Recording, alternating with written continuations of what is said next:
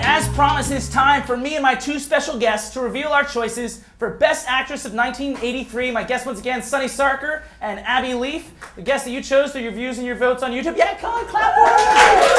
They're great folks. Woo for them. All right, so as usual, we're going to check out who the Academy chose as their Best Actresses of the Year, their top 5 choices. And again, I'm going to remove 2 of them, and oddly enough, they're the 2 terms of endearment ladies that I'm going to remove from this list, which I know will piss some people off. Audience, what do you got? Best Actress of the Year of 1983 out of the films you've seen. Jennifer Beals. Terry Garr. Jennifer Beals in Flashdance. Terry Garr and Mr. Mom, I heard. What else? Meryl Streep. Meryl Streep and Meryl Silkwood. Streep. All right, we got some Meryl Streeps. Abby, are we going to fight? I think probably. Okay. Yeah. Best Actress of 1983. Take it away. I went conventional on this one. I didn't want to, but I had to. I went with Shirley MacLaine. Yeah. I enjoyed the It's not a bad performance. I have a lot of issues with the film itself, and I think that colored my view of her performance. I feel like she was doing what the director wanted her to do, but at the same time, I feel like the director's vision was very, very off-toned. Like, I had a lot of issues with the way he, made some moments slapstick and some moments, extremely melodramatic. And, while she embodied all that, and she achieved that, I didn't feel much of a connection to her character, and I definitely think there was a lot more of acting work. I didn't feel like there was as many layers to her characters as some of the others. Do you have more? That might be a gender thing, though.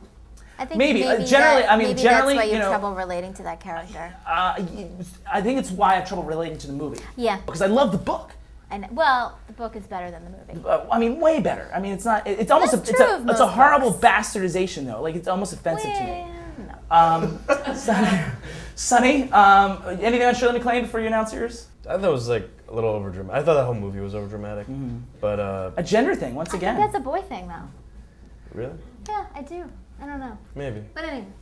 But I thought Jane Alexander was. I thought she. Just talking about Testament. The film is Testament. Sorry, she. It's a great performance. Awesome. She really was, and I think that was the first one that I saw out of all of them. And then I don't think anyone really ever measured up to her in the sense that she did more with what she had. Like, it was like not a great story. It's a kick-ass performance, no doubt. Yeah, and and I liked Meryl Streep. I thought it was between those two for me, but Meryl Streep had a lot more of an interesting character. There's a lot more interesting things going on in that movie. So here you are distinguishing yourself, the role and the character, and you were recognizing it in a positive way. And I think you're right. Jane Alexander brought more to an otherwise, to a role that didn't give her much, whereas Meryl Streep had a lot and achieved what she had to work with. Right. It's not that I don't understand what you said. Okay. I totally do.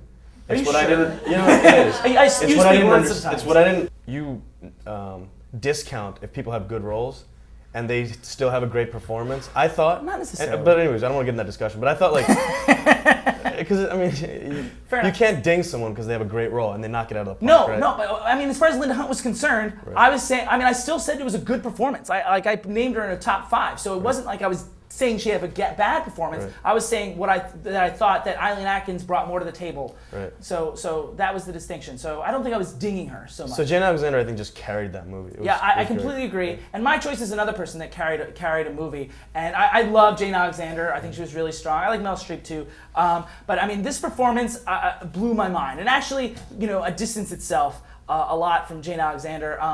And I think it's talk about carrying a movie. Julie Walters in Educating Rita, I think, performs the most significant character arc out of any character out of any of the films that we've seen this year.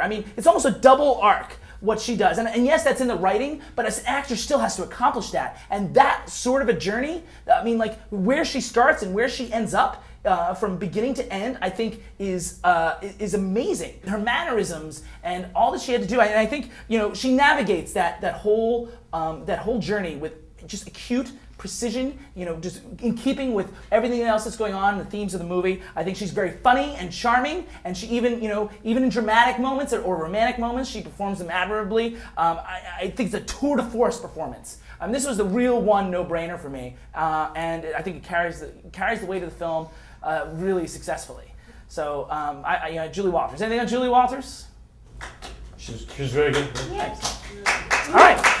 Good. All right. So, well, that does it for Best Actress. Once again, Sunny picked Jane Alexander, Abby picked Shirley MacLaine, and I went with Julie Walters in Educating Rita. All of which were Oscar nominees, by the way. So, you know, we were in the ballpark with the Academy. All right. So we're almost done with the acting awards. We got one more to go, and that's gonna be our next video. We're gonna talk about the Best Actor of 1983, and this one's gonna blow your mind. All right. We'll see you next time on the Best of 1983. Woo!